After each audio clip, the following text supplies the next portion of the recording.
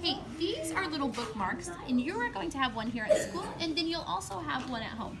And what this does is it helps to remind our brains about different strategies that we can use when we get stuck on a word. Have you guys ever been stuck on a word?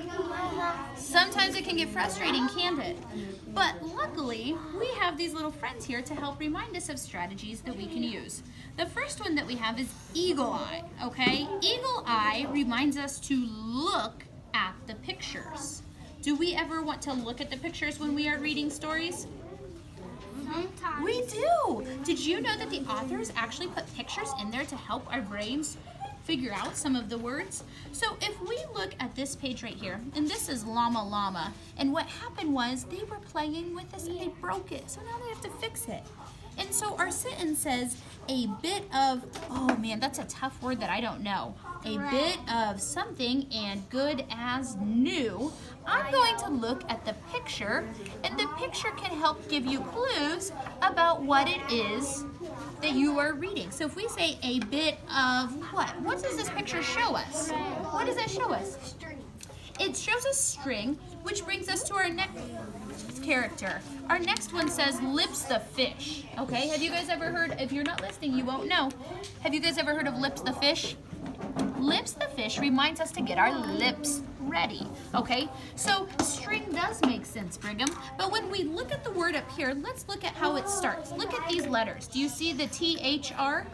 Do you see these? How would your lips get ready for that word? Can you show me your lips getting ready?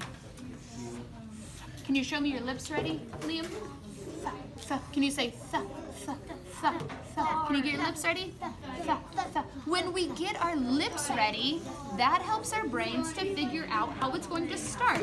So when we look at it, it says the, and we look at the picture, that can help us figure out. What would that word say? It would say thread. So see how we used our eagle eye and we used our lips the fish? Hey, you're going to learn a lot better if you're not laying on the table. The next friend we have is stretchy snake, okay? Stretchy snake helps us stretch a word out because sometimes when we're reading, we get in a hurry. Have you guys ever been in a hurry before? I get in a hurry sometimes, and sometimes I say the wrong word. Look at our very first word right here. Okay, don't say it out loud, but sometimes my friends will look at words, and sometimes they see it and they start the word. Do you guys see the beginning of the word? They'll start it and it says truck right here where my finger's at. It says truck. And my friend might say trucks. If my friend said trucks, would they be saying the correct word?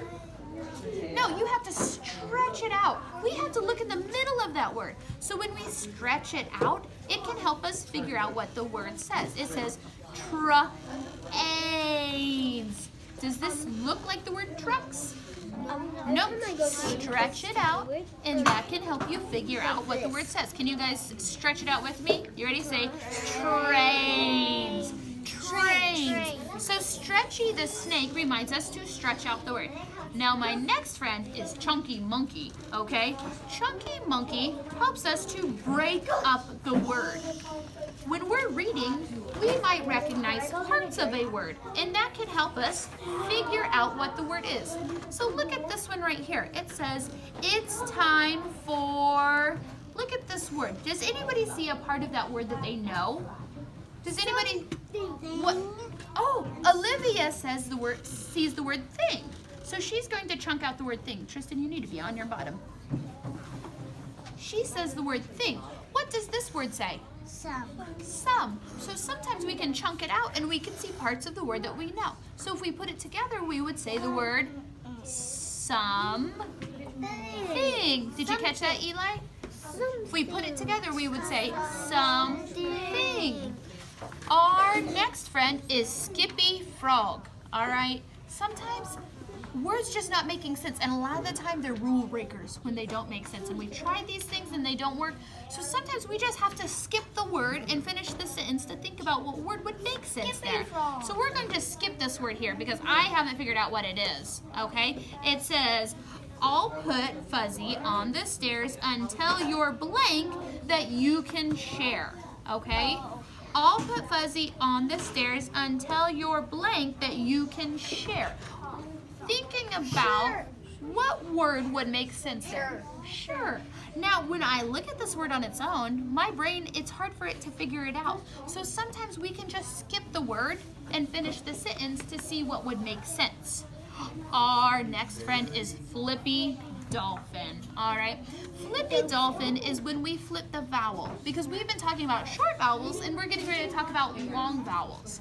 What sound would a short I make? What sound does a short I make, everybody? What sound does a short I make? Olivia, what sound does a short I make? Yeah, you do, but you have to choose to think. Hey, look at my eyes.